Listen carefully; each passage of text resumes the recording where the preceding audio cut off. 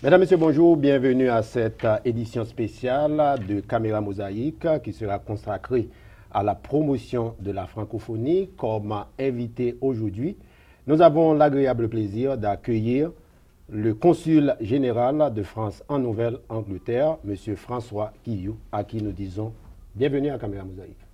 Bonjour, merci de m'avoir invité. La dernière fois que vous étiez en nos studios, c'était juste avant le tremblement de terre. Ça fait déjà plus d'une année. Avant de parler des activités qui vont être organisées cette année un peu partout en Nouvelle-Angleterre à l'occasion de la Journée mondiale de la francophonie, de décembre 2009 à nos jours, quelles sont les activités entreprises au niveau du consulat et dans le cadre de la promotion du français et de la culture francophone? Merci. Tout d'abord, je voulais, effectivement, vous l'avez rappelé, insister sur le terrible drame qui a frappé Haïti, puisque vous aviez eu la gentillesse de m'inviter en janvier de l'année dernière, quelques jours avant le drame qui a frappé le pays. Et je voudrais, à cette occasion, l'occasion que vous me donnez aujourd'hui, adresser un message de sympathie, d'amitié et de compréhension pour toute la population haïtienne, et en particulier les Haïtiens qui vous regardent ici en Nouvelle-Angleterre. L'effort qu'a fait la France en faveur d'Haïti est un des plus importants qui soit.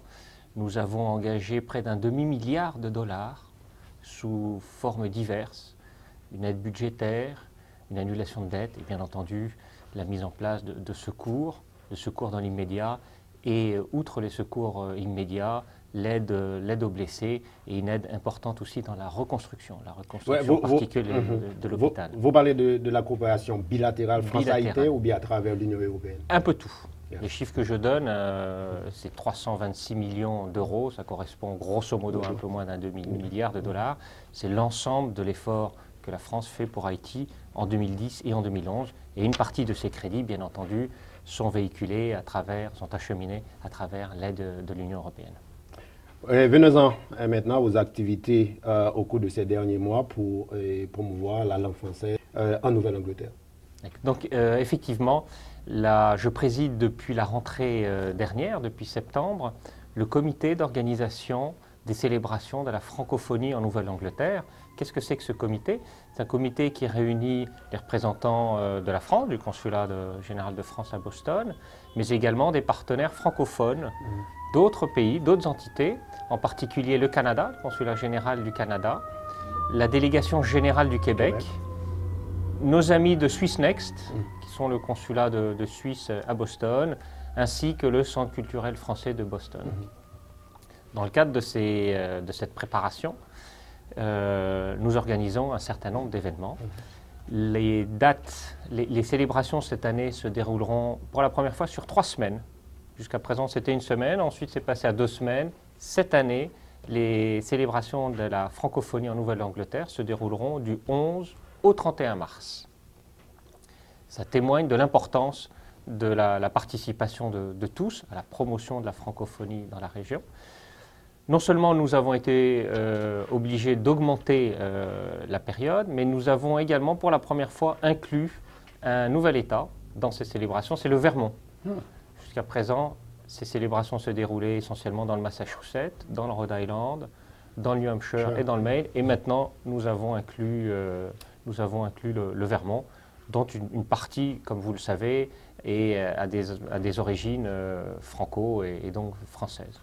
Mais est-ce que pendant, disons, environ 3 semaines, oui, il y aura des activités dans tous ces États, ou bien on va commencer avec le Massachusetts et puis une semaine après, ou bien 2 jours, ou bien 3 jours après, on sera dans les autres États, ou bien ce sont des activités qui vont se dérouler en même temps? Ce sont pour l'essentiel des activités qui vont se dérouler en même temps.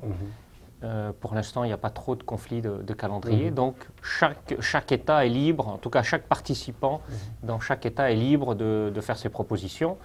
Nous avons des tas d'activités, nous avons des pièces de théâtre en français, nous aurons des conférences de professeurs, sur l'histoire du Congo, une autre sur des problèmes psychologiques. Nous aurons également pour la première fois, et c'est important pour vos auditeurs, nous organiserons pour la première fois un festival du film francophone. C'est une première. Nous avons trouvé un partenaire important, le MFA, le Museum of Fine Arts, qui est une institution dans Boston, et qui a bien voulu accueillir ce festival. Nous aurons des films très intéressants, notamment le Grand Prix du jury de Cannes, qui est un film tchadien, Un homme qui crie. J'invite tous vos téléspectateurs à regarder de plus près la programmation. Nous aurons également un film haïtien qui s'appelle Mange car ceci est mon corps. Et donc nous sommes très contents que plusieurs participants, plusieurs entités aient accepté de prêter des films pour la promotion et la valorisation du cinéma francophone. En dehors de ce film haïtien qui va être projeté au cours de ces 3 semaines et pour promouvoir la francophonie en Nouvelle-Angleterre, est-ce qu'il n'y a pas d'autres activités qui vont concerner Haïti? Même au niveau de la participation et des consulats, vous avez mentionné la France, le Canada, la délégation du Québec, la Suisse et Haïti. Est-ce que le consulat haïtien ne fait pas partie, n'est-ce pas, du comité d'organisation de ces 3 semaines de la francophonie? Alors, le public qui est visé, c'est bien entendu tout le public francophone de Nouvelle-Angleterre, qu'il s'agisse des Américains ou des étrangers francophones.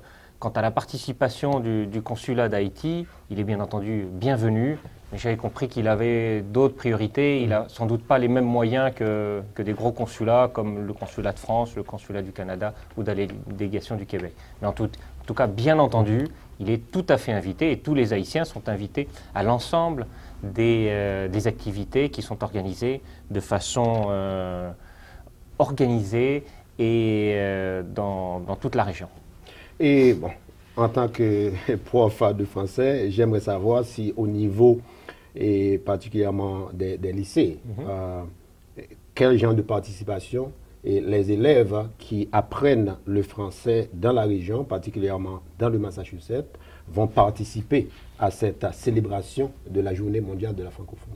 Il y aura tout d'abord, nous avons décidé cette année de nous adresser plus particulièrement aux jeunes et nous organiserons, les 5 entités que je viens de mentionner, nous organiserons pour la première fois une grande fête, une fête festive à Boston qui est particulièrement, c'est une fête et nous visons en particulier le public jeune, francophone ou non francophone. L'idée, c'est de montrer que la francophonie, c'est quelque chose de vivant dans la région. Effectivement, l'anglais est quand même la langue dominante. Nous avons, en tout cas au niveau des Américains ici, une génération vieillissante et on veut montrer qu'au-delà de la région, la francophonie, le français, c'est quand même dans le reste du monde une langue très active, très vivante, très diverse. Et c'est pour ça qu'on a décidé de s'adresser aux jeunes. Donc on organisera une grande soirée dansante avec de la musique française, de la musique francophone, qui sera gratuite pour tous les jeunes, étudiants ou non étudiants. Ça se déroulera au Felt, qui est un lieu de fête dans Boston. Et ce sera gratuit, financé par ses principaux partenaires. Mais en fait, qu'est-ce que vous faites exactement pour promouvoir toutes ces activités pour que les Haïtiens, les francophones de l'Afrique de l'Ouest puissent être au courant de ces activités? Alors, toutes ces activités, donc je vous ai juste parlé de la fête, mais bien entendu, pour revenir à la première question que vous me posiez, qu'est-ce qu'on fait dans les écoles, qu'est-ce qu'on fait pour les élèves et les étudiants? Dans les établissements partenaires, il y aura par exemple des pièces de théâtre qui seront jouées en français. Nous organiserons également une grande dictée, qui est un concours, pas pour noter, mais qui est une façon de se donner rendez-vous et de s'amuser ensemble, de vérifier mais pas concours de dictée, Jean-Bernard Pivot. Un genre comme ça, avec un petit prix, c'est histoire de récompenser et d'encourager l'émulation parmi les élèves et les étudiants. Donc, nous aurons une organisation vraiment très complète, très, très diverse.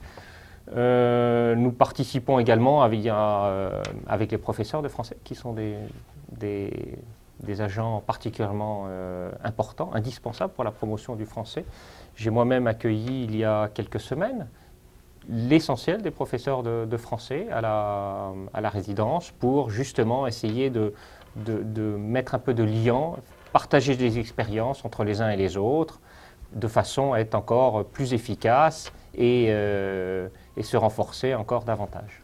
Et justement, en parlant de cette initiative, je crois que j'avais participé à cette première activité, mais comment ça marche pour les autres activités après le lancement officiel qui s'était déroulé chez vous et à Cambridge? Maintenant, il va falloir organiser d'autres événements, essayer de trouver d'autres sujets d'intérêt et animer cette communauté d'enseignants francophones qui est vraiment très très importante pour nous. Puisque l'enseignement du français en Nouvelle-Angleterre, ça passe bien entendu par la promotion du français dans les écoles, dans les universités et en dehors des écoles, en dehors des heures officielles d'enseignement. Ce qui est important aussi, c'est qu'on puisse proposer des programmes dits d'after school, c'est-à-dire, et là on vise en particulier la population haïtienne, puisque les jeunes qui arrivent ici sont bien entendu intégrés dans la société américaine, vont dans des écoles américaines et ont tendance un petit peu à oublier le français. Donc, ce qui est important, c'est qu'on puisse leur faire des propositions d'enseignement en dehors des heures scolaires avec un réseau de professeurs qui soient disposés à prendre ces enfants et à leur rafraîchir ou en tout cas à améliorer leur connaissance du français, de façon à ce que ça ne s'évapore pas au détriment de l'anglais. Ce qui est très important pour nous, c'est que les jeunes ici parlent bien entendu l'anglais, c'est indispensable pour vivre aux États-Unis et c'est un atout extraordinaire, mais il faut qu'en même temps, et c'est ça qui renforce la personnalité, la structure, le raisonnement et donne les meilleurs moyens pour ensuite entrer dans la vie professionnelle, c'est qu'à côté de cet enseignement du français, de cet enseignement de l'anglais, on puisse avoir un enseignement, une connaissance solide du français. Mon inquiétude à ce sujet, et M. Guillot, c'est le fait que au niveau de certains districts scolaires, malheureusement, à cause des problèmes budgétaires, donc on a tendance, particulièrement à Boughton, à couper les programmes d'enseignement du français. Par exemple, à Boughton, depuis le 12 janvier, après le séisme en Haïti, on reçoit, et on a reçu peut-être au-delà de 250 élèves qui viennent d'Haïti, qui parlent couramment le français, alors qu'en même temps, au niveau de Boughton High School, au niveau du district scolaire de Boughton, on a coupé pratiquement à presque 70% les programmes de français. Est-ce qu'au niveau du consulat général de France, est-ce que ça vous concerne également? Et qu'est-ce que vous faites pour travailler avec les districts scolaires en vue de remédier à cette situation? Alors la situation que vous décrivez sur Boughton n'est pas unique, hélas. Il y a, comme vous savez, il y a une crise budgétaire, une crise financière, et les États essayent, les municipalités essayent de réduire les dépenses.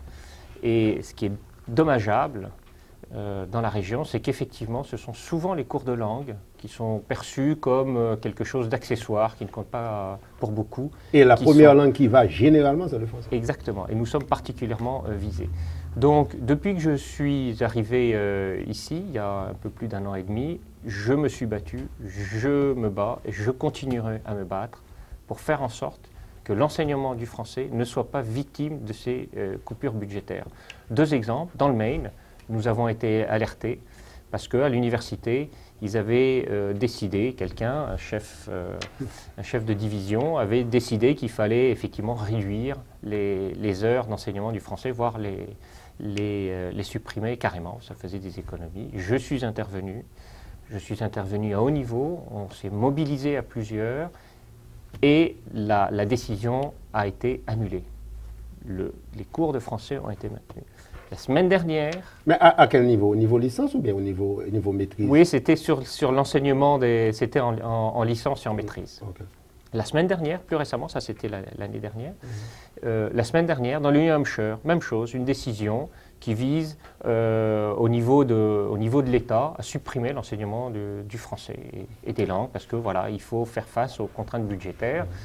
Nous nous sommes mobilisés, nous avons alerté pas seulement nos amis francophones, mais également nos amis qui sont concernés, les Allemands, etc., pour essayer de peser. Et c'est une lutte que nous menons. Nous pensons que nous l'avons gagnée au New Hampshire, mais ça reste fragile.